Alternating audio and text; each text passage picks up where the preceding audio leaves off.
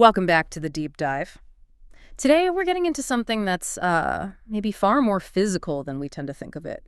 We're talking about the biological footprint of trauma. Right.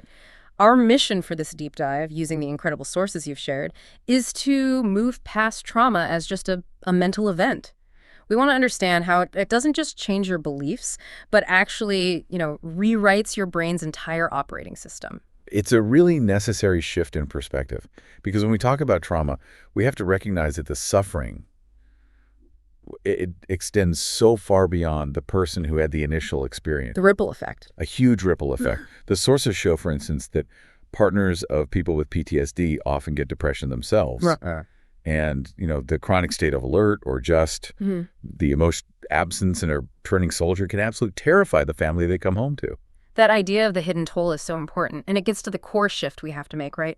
When you see someone post-trauma who is, say, constantly repeating harmful patterns, or they can't seem to learn from what look like obvious mistakes, we can't just chalk that up to a moral failure or, a lack of willpower. Absolutely not. We have concrete evidence now. These behaviors are the result of real, measurable physiological changes in the brain. The trauma literally recalibrates the brain's warning system. So it's always on. It's always on. Stress hormones spike and they just stay elevated. The systems that give us that deep physical sense of peace or just of being alive, they're damaged. This is why survivors aren't just anxious. They become hypervigilant to threat, and that comes at the expense of everything else. Okay, let's anchor this in the scale of the problem. Before we get deeper into the biology, we have to talk about how common this is. It's something society really prefers to, sideline. We really struggle to face the reality of violence, but the data is it's overwhelming. We see, for example, that nearly 1/3 of all couples experience violence at some point. But the real baseline, the thing that shows how normalized this distress is, comes from the Adverse Childhood Experiences Study, the ACE study. That study is a revelation. I mean, what got me was that the people they studied were largely middle class, well-educated. And even then, only 1/3 of them reported no adverse experiences at all. Exactly. This isn't a problem for just one demographic. Right. It's everywhere. It's everywhere. And if you dig into the breakdown of those ACE scores, you start to see the magnitude of the pain people are carrying around. Over 1/4 of the Americans they surveyed reported long-term physical abuse. So being pushed, shaken, hit hard. And the numbers on sexual violence. Just as shocking. 28% of women and 16% of men reported childhood sexual abuse or molestation. And it's not just that these things happen in isolation, is it? The scary part is how they stack up. They're cumulative. That's the key. The data showed that 87% of people with any ACE score had 2 or more, and 1 in 6 had a score of 4 or more. That accumulation, it creates this heavy long-term biological load. And the health consequences are just startling. This isn't just about mental health. We're talking about the body breaking down. If you have 4 or more ACE points, the risk of chronic depression just jumps. Yeah. Was it 66% frequency in women versus 12% for the 0 score group? Right. And it goes beyond that. You're seeing double the risk of cancer, 4 times the risk of emphysema for someone with a score of 6 or more. Wow. That's the physical reality of a continuous elevated stress load. Scientists call it allostatic load. It's simply wearing the body out. And this chronic tension, it shapes survival behavior in ways that can look incredibly strange to an outsider. How do you mean? Well, you often see trauma survivors seeking out really dangerous high-risk activities, motorcycle racing, bungee jumping. They're chasing a high. They're chasing a feeling, any feeling. Because when they aren't angry or challenged or under pressure, they often feel this profound emptiness, a numbness. They need intense sensation just to feel something. Or they go the other way. They use their body as a defense against being noticed at all. You mentioned those disturbing examples of abuse victims or even prison guards gaining a lot of weight to feel unnoticed or safer. Yes, because their body mass makes them feel less vulnerable or just bigger than everyone else. It is a trauma map written directly onto the physical form. The ultimate embodiment of a fear that you can't even put into words. Exactly. So let's get into that physiological blueprint. If this behavior is rooted in physical change, what is actually happening inside the skull? You said the alarm system is recalibrated. What does that look like clinically? It looks pervasive. The system for fight, flight, or freeze is constantly primed, long after the danger is gone. So you have those sustained high levels of stress hormones, which leads to chronic problems with memory, focus, sleep. The cognitive cost is huge. It's immense. Your ability to filter important information from just background noise is impaired.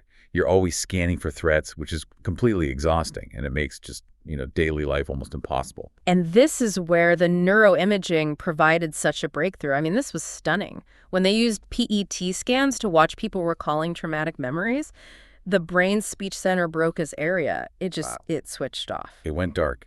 That deactivation, it shows up as a blank spot on the scan, and it's the physical proof for why trauma survivors struggle so much to put their feelings into words.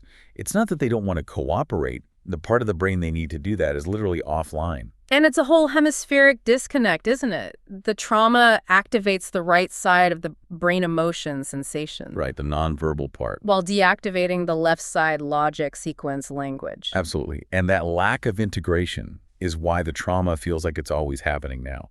We see it so clearly with that Vietnam vet, Bill. 10 years after the war, an ink blot test triggers a full flashback. He wasn't just remembering. He was re-experiencing, seeing the images, smelling the smells, feeling the physical pain. For him, the event was finite, but the trauma is worse because it can come back at any moment. The left brain isn't online to say, hey, that was in the past. So if that logical brain is offline, let's visualize how survival takes over using that concept of the triune brain. Yeah, it's a great model. Think of the brain in layers. At the very bottom, the brainstem, the lizard brain. It handles breathing, heart rate, basic arousal. The essential. The absolute essential. Above that, the limbic system. That's the emotional map, fear, connection. And then on top, the newest part, the prefrontal cortex. That's the CEO. Planning, empathy, sense of time. And the crucial insight here is... when danger pops up, real or perceived, the lower, older parts of the brain just take command. It's like an emergency brake that bypasses the CEO entirely. pushing the body straight into fight, flight, or freeze. Instantly. It completely bypasses that rational cortex. That's why trying to reason with someone having a panic attack is useless. You're literally talking to a part of the brain that's not online. Which brings us to the major problems in treatment models. For decades, the dominant idea in psychiatry was, this is all just a chemical imbalance. That brain disease model, and it's heavily scrutinized in the materials. By focusing only on chemistry, it often just ignores the social causes of suffering, abandonment, abuse, neglect, and it kind of takes away the patient's agency. It frames them as a broken machine that only a doctor can fix. And the data challenging this chemical-only focus is pretty strong. We have this massive rise in antidepressant use, 1 in 10 Americans. But hospitalizations for depression are not going down. They're not falling. The model is missing something fundamental. And we also see this, frankly, disturbing overuse of new generation antipsychotics like Risperdal and Abilify. They became some of the biggest selling drugs in the U.S., and we see them used massively in children. Unbelievable. The sources cited nearly 20,000 kids under 5 getting these drugs through Medicaid in 1 year. And often it's just to make neglected or exploited kids more compliant, more obedient. Despite the known side effects, obesity, diabetes, and maybe worst of all, suppressing the motivation and curiosity and play that are essential for development. We do have to be nuanced about SSRIs like Prozac, though. They can play a role. They can, but not by fixing the problem. They seem to work more like an anchor. They help patients stay in the present and get some perspective, breaking that cycle of immediate emotional reaction. Rorschach tests actually showed patients shifting from a raw emotional response to a more considered one. So the drugs can create a bit of space from the crisis, which lets a person stabilize, but they don't solve the underlying physiological problem. Exactly, which is why the wisdom of that teacher, Elvin Semrad, still holds up. The main source of our suffering is what we lie to ourselves about. Real healing means helping people acknowledge, experience, and endure reality. And to do that, you have to bring the body back into it. Okay, so let's move toward that embodied healing. Stephen Korches's polyvagal theory seems like the right place to start. The whole goal is resetting physiology to allow for a feeling of safety. This is so critical. Our nervous system is constantly doing what Porges calls neuroception. It's this unconscious subliminal scanning of our surroundings for either threat or safety. It happens before thought. So to feel close to someone, or even just to think clearly, that defense system has to get a signal that it's safe to power down a bit. It has to stand down temporarily. And what's fascinating is how things like rhythm and community can do that faster than just talking. Healing has to engage the whole organism, body, mind, and brain, all at once. It's a synchronization. Yes. The sources describe seeing these South African trauma survivors spontaneously break into song and dance. You could see them transform, moving from this frozen sadness into this collective vitality. That's the power of shared rhythms signaling safety to the nervous system. So things like choir or drumming or even team sports, they're vital because they help people exit that fight or flight state through predictable, safe, mutual action. And we see that same idea mirrored in therapy models, especially internal family systems, or IFS. The model says that under trauma, the personality fragments into parts. Right. Can you break down what those parts are? Of course. Yeah. So you have the exiled parts. These are the young parts that carry the original pain, the shame, the terror. Then you have protectors that try to manage that pain. Yep. They can be managers, the hypercritical parts trying to keep everything under control. Or they can be firefighters, the parts that rush in with impulsive behaviors like addiction or self-harm to just douse the overwhelming feelings. So the goal isn't to get rid of the parts. No, not at all. The goal is to cultivate the core self, which IFS describes as being naturally confident, curious, and calm, to lead this whole internal system. You want to move from chaos to a kind of inner harmony, a symphony where every part has a valued role. And speaking of regulating the brain directly, neurofeedback is another way to get to that self state. It's basically training the brain. And it's astonishingly effective because it completely bypasses talk. You have electrodes detecting the brain's electrical activity, and the patient gets feedback, a sound or something moving on a screen, as a reward when their brain generates healthier wave patterns. So the brain is learning in real time how to self-regulate, kind of like learning to ride a bike. Exactly like that. You are directly changing the abnormal brainwave patterns that are linked to being unable to focus or being chronically vigilant. People report feeling safer, more relaxed, more focused. It's been used to train Olympic athletes and musicians for a reason.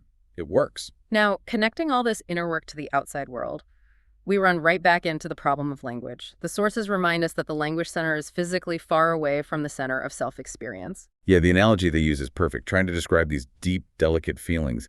It's like trying to grab a fragile crystal figure from the bottom of a well while you're wearing thick leather gloves. Language is just a clumsy tool for that job. But you still have to try. James Pennebaker's study on writing was groundbreaking. Just writing for 15 minutes about a trauma, it led to measurable improvements in physical health. And it wasn't just venting, which is key. The people who improved were the ones who wove a story, not just facts and feelings, but finding the meaning it had for their life.